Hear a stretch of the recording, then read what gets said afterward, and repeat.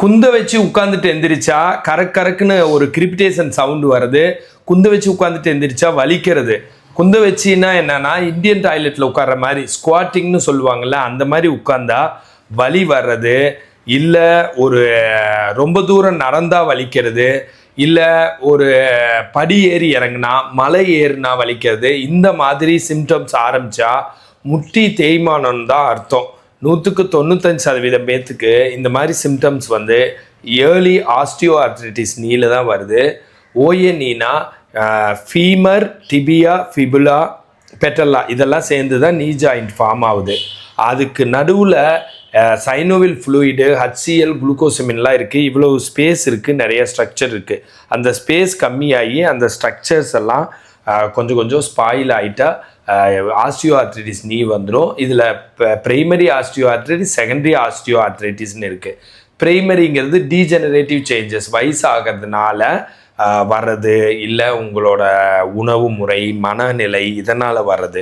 Secondary osteo ஆர்த்ரைட்டிஸ்னால் ஏதாச்சும் ஒன்று அடிபட்டதுனால வந்துடுது. சரியா? அடிபட்டு அதை கண்டுக்காம விட்டு நீர் கோர்த்து வந்துடுது. ஆஸ்டியோ ஆர்த்ரைட்டிஸ் வலிக்கும்னு சொல்லிட்டேன், வீக்கம் கூட வரும். காலில் உள் சைடோ மேலேயோ சைட்லேயோ வீங்கிக்கும். அதே மாதிரி கிரிபிடேஷன் கரக்குன்னு சத்தமும் வரலாம். இது மாதிரி நிறைய சிம்டம்ஸ் அதில் இருக்கும். அப்புறம் கால் வளைஞ்சிரும். கொஞ்சம் ரொம்ப நாள் அதை முத்த விட்டுட்டோம்னா கொஞ்சம் கொஞ்சமாக இப்படி வளைய ஆரம்பிக்கும். போவ் லெக்கு, நாக் நீ அந்த மாதிரி. போவ் லெக் தான் ஆஃபன் நடக்கும். போவ் லெக்னா இப்படி ஆயிடுறது கால். சரிங்களா? ஸோ இது எக்ஸசைஸில் பர்மனெண்ட்டாக க்யூர் ஆகும். அது நிறைய பேத்துக்கு தெரிய மாட்டேங்குது. எக்ஸசைஸ் ஒன்று தான் இதுக்கு தீர்வு. ஆஸ்டியோ ஆர்த்ரைட்டிஸ் நீக்கு டூஸ் அண்ட் டோன்ட் சொல்லிவிட்டு அதுக்கப்புறம் எக்ஸசைஸ் மோனிஷா ஃபிசியோதெரபிஸ்ட் செஞ்சு காட்டுவாங்க. என்னென்னா டூஸ் அண்ட் டோன்ட்ஸ் என்னென்னா, இந்தியன் டாய்லெட் இருக்குல்லங்க, குந்த வச்சு உட்காந்து போகிறோம்ல, அந்த ஒரு ஹேபிட்னால தான் இந்தியாவில் ஒரு வெஸ்டர்ன் கண்ட்ரிஸ் இருக்குல்ல, for example Europe, America, Australia இந்த மாதிரி நாடுகளில் விட ஆஸ்டியோ ஆர்த்ரைட்டிஸ் நீ கம்மி. ஏன்னு கேட்டால் நம்ம இந்தியன் டாய்லெட் யூஸ் பண்ணுறதுனால தான். ஸோ இந்தியன் டாய்லெட் குந்த வச்சு உட்காந்துட்டு எந்திரிக்கிறது அவ்வளோ நல்லது நம்மளுக்கு. ஆனால் ஆஸ்டியோ ஆர்த்ரைட்டிஸ் வந்ததுக்கப்புறம் குந்த வச்சு உட்காந்துட்டு எந்திரிக்கக்கூடாது. ஏன்னா வேர் அண்ட் டேர் நடந்து உராய்வு ஏற்பட்டு தேய்மானம் அதிகமாகுது. அதனால் நீங்கள் ஆஸ்டியோ ஆர்த்ரைட்டிஸ் வந்ததுக்கப்புறம், அதாவது முட்டி தேய்மானம், முழங்கால் வலி, நீர்க்கட்டு வந்ததுக்கப்புறம் நீங்கள் குந்த வச்சு உட்கார்றத மேக்ஸிமம் அவாய்ட் பண்ணிக்கலாம். கீழே சமணங்கால் போட்டு உட்காரதோ கீழே உட்காரதோ அவாய்ட் பண்ணிவிட்டு நீங்கள் சேரில் தான் உட்காரணும். வெஸ்டர்ன் டாய்லெட் தான் யூஸ் பண்ணணும். ஸோ இப்போ அதுக்கான எக்ஸசைஸ் மோனிஷா சொல்லி கொடுப்பாங்க. ஃபஸ்ட்டு ஸ்டாட்டிக் குவாட்ரிசெப்ஸ் எக்ஸசைஸ் சொல்லி தருவாங்க, பாருங்கள். ஓகே, ஸோ சார் சொன்ன மாதிரி டூஸ் அண்ட் டோன்ட்ஸ் ஃபாலோ பண்ணோம். ஸோ இதில் வந்துட்டு ஏஜ் ஆனவங்களுக்கு இருக்கலாம், கால்சியம், விட்டமின்ஸ் டெஃபிஷியன்சி அந்த மாதிரி இருக்கிறவங்களுக்கு வந்து சீக்கிரமாக முட்டி தேய்மானம் இருக்கலாம். ஓகேங்களா? ஸோ உங்களுக்கான எக்ஸசைஸு நான் இப்போ சொல்லித்தரேன். ஸ்டாட்டிக் குவாட்ரிசெப்ஸ் எக்ஸசைஸ் பேர். ஸோ இது வந்து ஃப்ளாட் சர்ஃபேஸஸில் படுக்கணும். ஒரு டவல் மட்டும் எடுத்து ஜஸ்ட் இந்த சைஸ்க்கு வந்து மடிச்சுக்கோங்க. ஓகேங்களா? ஸோ ஃபஸ்ட்டு என்ன பண்ணணுன்னா, சைடில் திரும்பி படுக்கணும். படுத்துட்டு ஸ்ட்ரைட்டாக படுக்கணும்.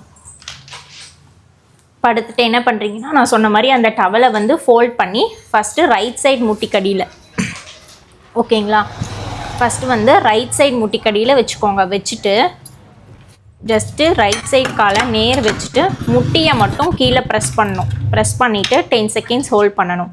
1 2 3 4 5 6 7 8 9 10. தென் ரிலாக்ஸில் 10 செகண்ட். 1 2 3 4 5 6 7 8 9 10. அதே மாதிரி லெஃப்ட் சைட் ஜஸ்ட்டு கால் பாதத்தை எல்லாம் நேர் வச்சுட்டு முட்டிக்கடியில் டவல் வச்சுட்டு முட்டியை மட்டும் ப்ரெஸ் பண்ணணும். ப்ரெஸ் பண்ணி 10 செகண்ட்ஸ் ஹோல்ட் பண்ணணும். 1 2 3 4 5 6 7 8 9 10. தென் ரிலாக்ஸில் 10 செகண்ட். 1 2 3 4 5 6 7 8 9 10. ஸோ இந்த மாதிரி ரைட் சைடில் 7 ரெப்பிட்டேஷனும் லெஃப்ட் சைடில் 7 ரெப்பிட்டேஷனும் பண்ணணும். பண்ணி முடிச்சுட்டு எந்திரிக்கிறப்போ சைடில் திரும்பி கையை ஊனி தான் எந்திரிக்கணும்.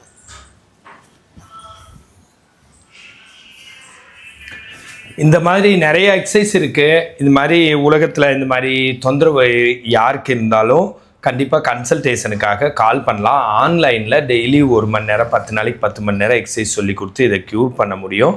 இந்த மாதிரி ஹெல்த் டிப்ஸ் வேணா ஃபாலோ பண்ணுங்கள். ஃபிசியோதெரப்பி கன்சல்டேஷன் வேணா கால் பண்ணுங்கள். நான் பிரகாஷ், ஃபிசியோதெரபிஸ்ட். நான் மோனிஷா, ஃபிசியோதெரபிஸ்ட்.